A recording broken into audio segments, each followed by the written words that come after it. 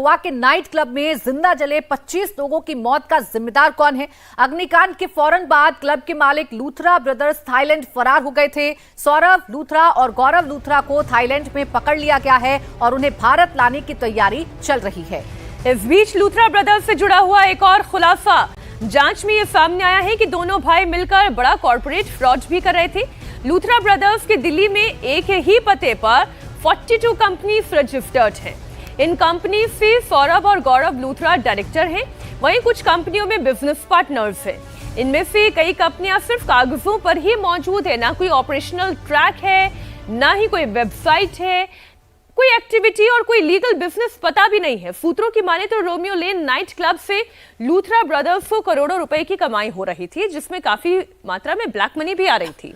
और इसी काले धन को सफेद करने के लिए लूथरा ब्रदर्स ने 2590 ग्राउंड फ्लोर हडसन लाइन उत्तर पश्चिम दिल्ली के पते में ये 42 शेल कंपनियां खोल रखी थी।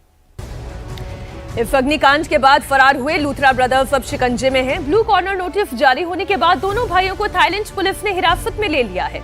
इस बीच बड़ी खबर यह है कि गौरव और सौरभ लूथरा की भारत वापसी में अभी समय लग सकता है। लूथरा ब्रदर्स को थाईलैंड के फुकेट में पकड़ा गया है, लेकिन भारत लाने की प्रक्रिया फौरन संभव नहीं है। सूत्रों की माने तो देरी की सबसे बड़ी वजह उनका पासपोर्ट रद्द होना है। लूथरा ब्रदर्स का पासपोर्ट रद्द किए जाने के बाद अब उनके नाम पर इमरजेंसी ट्रैवल सर्टिफिकेट जारी किया जाएगा। ये सर्टिफिकेट सिर्फ भारतीय एम्बेसी ही जारी कर सकती है। पासपोर्ट रद्द होने के चलते दोनों को अब बैंकॉक ले जाया गया है, जहां इस प्रक्रिया को पूरा किया जाएगा। इसके बाद ही उनकी भारत वापसी संभव हो पाएगी। अगर आज इमरजेंसी ट्रैवल सर्टिफिकेट की प्रक्रिया पूरी हो जाती है तो देर रात तक दोनों को भारत लाया जा सकता है, नहीं तो थाईलैंड में वीकेंड की वजह से दोनों को भारत लाने में और भी वक्त लग सकता है। गोवा अग्निकांड के बाद बर्च क्लब के दोनों मालिक लूथरा ब्रदर्स भारत छोड़ के कुछ ही घंटों में थाईलैंड फरार हो गए थे, जिन्हें अब थाईलैंड से अरेस्ट करके वापस जल्द ही भारत लाया जाएगा। लेकिन भारत आने के बाद इन दोनों भाइयों की और मुश्किलें बढ़ने वाली है, क्योंकि इन दोनों भाइयों से जुड़ी ऐसी 42 कंपनियों का खुलासा हुआ है, जिनमें से अधिकतर कंपनियां केवल कागजों में हैं और बहुत सी कंपनियों का एक ही एड्रेस है। इस समय हम मॉडल टाउन के जी ब्लॉक में मौजूद है। ये एड्रेस है G3 और इस कंपनी को देखिए आप, ये एक ऑफिस आपको दिखाई दे रहा होगा, जहाँ पे फ़िलहाल कोई मौजूद नहीं है। इस ऑफिस को बंद कर दिया है। ना यहाँ पे आपको कोई एम्प्लॉय नज़र आ रहा होगा, ना ही कोई यहाँ पे रिसेप्शन में बैठा हुआ है। सारे एम्प्लॉय जो हैं वो अब डर के भाग चुके हैं। लेकिन फर्जीवाड़ा किस तरीके का हो रहा था आप ये देखिए। एक पहली नेम प्लेट यहाँ पे लगी है BGS हॉस्पिटैलिटी नोएडा LLP की। फिर दूसरी तरफ अगर हम बाई की तरफ देखें तो दूसरी नेम प्लेट लगी है GS food studio private limited की।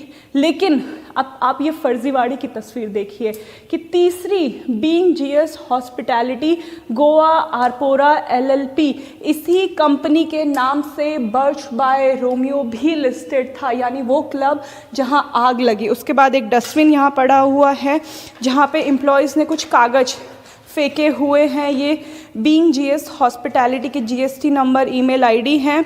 केवल अब यही चीज़ यहाँ बची है। जब दोनों लूथरा ब्रदर्स अब भारत आएंगे तो उनसे पूछा जाएगा कि क्या वो एक बहुत बड़ा कॉरपोरेट घोटाला कर रहे थे इन 42 कंपनियों के माध्यम से, क्योंकि होटल और हॉस्पिटैलिटी के कुछ क्लब चलाने के लिए उन्हें इन 42 कंपनियों की ज़रूरत क्यों पड़ी। जब इस तरीके की शेल कंपनियां सामने आती हैं तो मनी लॉन्ड्रिंग से जुड़े हुए सवाल भी उठते हैं। अब लूथरा ब्रदर्स पर बर्च बाय रोमियो लेन की आग के साथ साथ इन 42 कंपनियों की भी जांच होगी। वहीं गोवा के रोमियो लेन नाइट क्लब के मालिकों में से एक अजय गुप्ता ने पुलिस में कई चौंकाने वाले खुलासे किए हैं। अजय गुप्ता ने पुलिस को बताया है कि पब में जिस वक्त आग लगी उस समय दोनों लूथरा भाई शादी में शामिल थे। ये शादी दिल्ली में थी। परिवार के लोग भी शादी समारोह में मौजूद थे। आग लगने के बाद दोनों ने तुरंत भागने की प्लानिंग बनाई। वहीं अजय गुप्ता आग लगने के समय गोवा में मौजूद था, लेकिन घटनास्थल पर नहीं था। रविवार की सुबह वो फ्लाइट से दिल्ली पहुंचा और लाजपत नगर के एक अस्पताल में अपना नाम दर्ज कराया, जहां से गोवा पुलिस ने उसे गिरफ्तार किया। लूथरा ब्रदर्स के खूनी नाइट क्लब को लेकर हर रोज नए और चौंकाने वाले खुलासे हो रहे हैं। Birch by Romeo Lane night club के स्टाफ पर अब कस्टमर्स के साथ मारपीट और बदतमीजी करने का भी आरोप लग रहा है। बाउंसर्स और मैनेजर की बदतमीजियों का शिकार लड़की ने बताया है कि गोवा में लूथरा ब्रदर्स के नाइट क्लब में आने वाले लोगों के साथ मारपीट और बदतमीजी की जाती है। उन्हें पुलिस का कोई डर नहीं है और ना ही उनके खिलाफ कोई शिकायत दर्ज करा पाता है। मेरी बहन थी, हमारे और भी मेरे कज़न्स थे, हम लोग 13 लोग थे और उनकी शादी होने वाली, उनके बैचलर के लिए गए थे हम लोग।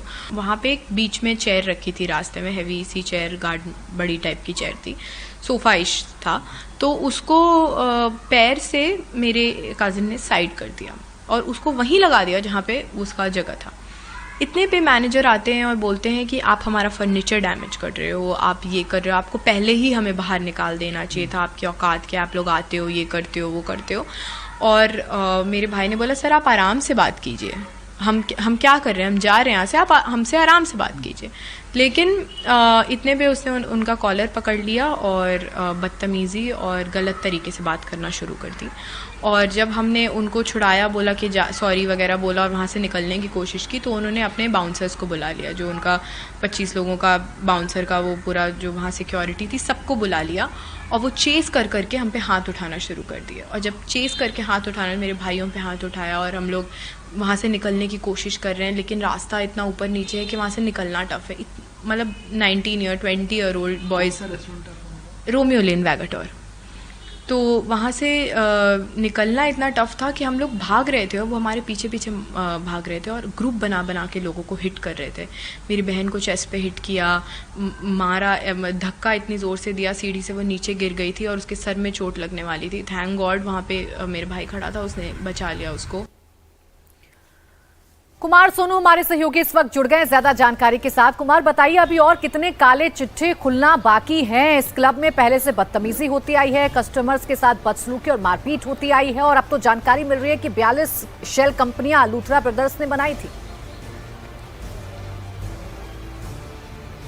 देखिए बिल्कुल प्राची, आप ये देखें कि जो क्लब चलाया जा रहा था उसके पास किसी तरह की कोई परमिशन नहीं थी, एनओसी नहीं थी। लूथरा ब्रदर्स जो इस पूरे क्लब को ऑपरेट कर रहे थे, उनके पास 42 कंपनियों की एक लंबी फहरिस्त है, जिनमें कितनी फर्जी हैं, कितनी शेल कंपनियां हैं, ये एक जांच का विषय है। इसके अलावा उन कंपनियों का कोई ऑफिस नहीं, सिर्फ कागजी तौर पर वो कंपनियां थी बताया जा रहा है। इसके अलावा जो वहां का स्टाफ था वो लगातार बदतमीजी करता था, बाउंसर जो है मारपीट करते थे कस्टमर्स के साथ। ये तमाम बातें एक एक करके सामने आ रही हैं। हालांकि सबसे हैरानी वाली बात यह है कि जब गोवा पुलिस और गोवा का जो दमकल विभाग के कर्मचारी हैं वो लाशें निकाल रहे थे लूथरा ब्रदर्स के नाइट क्लब से, तो उस दौरान लूथरा ब्रदर्स जो हैं वो भारतीय एजेंसियों से, गोवा पुलिस से भागने की फिराक में थे और 1:17 पर टिकट बुक करके सुबह 5:30 की फ्लाइट से बैंकॉक माफ कीजिएगा फुकेट की तरफ रवाना हो गए। हालांकि ये गोवा पुलिस की मुस्तैदी थी कि समय रहते जो है उनके खिलाफ वारंट जारी हुआ, ब्लू कॉर्नर नोटिस जारी हुआ और अब उनको जो है